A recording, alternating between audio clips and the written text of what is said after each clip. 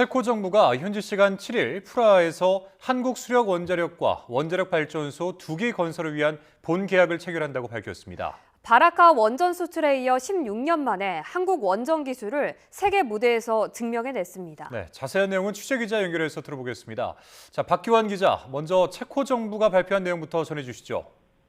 네, 체코 정부는 조금 전 강요 회의를 열고 한국 수력 원자력을 신규 원전 건설 사업자로 최종 선정했습니다. 체코 정부는 또 오는 7일 수도 프라하에서 원전 건설을 위한 본 계약을 체결한다고 밝혔는데요.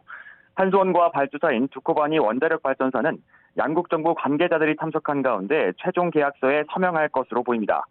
체코 두코바니 지역의 원전 5, 6호기를 건설하는 이번 사업은 예산만 우리 돈 26조 2천억 원 규모입니다. 본 계약 체결은 지난해 7월 한수원이 우선협상 대상자로 지정된 지 9개월여 만에 이뤄졌는데요. 바라카 원전에 이은 한국의 두 번째 원전 수출로 기록되게 됐습니다. 한수원뿐만 아니라 한국전력과 두산에너빌리티, 대우건설 등이 힘을 합친 팀코리아의 쾌거입니다. 한수원은 그동안 현지 업체들과 접촉해 협업을 타진하고 비용을 추산하는 등 준비 작업을 이어왔습니다. 이와 별개로 힘겨운 고비도 많았는데요. 본 계약의 가장 큰 걸림돌로 여겨졌던 한수원과 미국 웨스팅하우스와의 지식재산권 분쟁도 지난 1월에서야 합의에 이르렀습니다.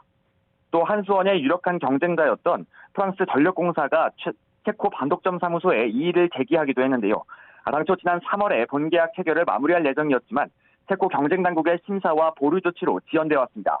하지만 결국 체코 정부가 한수원을 낙점한 건 문제가 없다고 결론이 나면서 본계약 체결에 이르게 됐습니다. 네, 구체적으로 체코 원전 수주가 어떤 의미를 갖는 겁니까? 네, 가장 큰 성과라면 한국의 원자력 기술을 세계 무대에서 다시 한번 입증했다는 의미가 큽니다. 특히 선진국들이 많은 유럽 대륙에서 처음 진출하며 향후 원전 수출의 물꼬가 트일 것이란 전망도 나오는데요.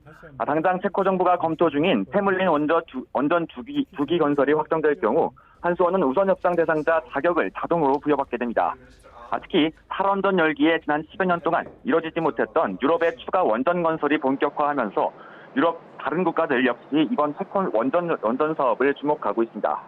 여기에 전력 소모가 큰 AI 데이터 센터 수요가 늘면서 세계 각국 그리고 빅테크 기업들은 앞다퉈서 원전 건설 계획을 발표하고 있는데요.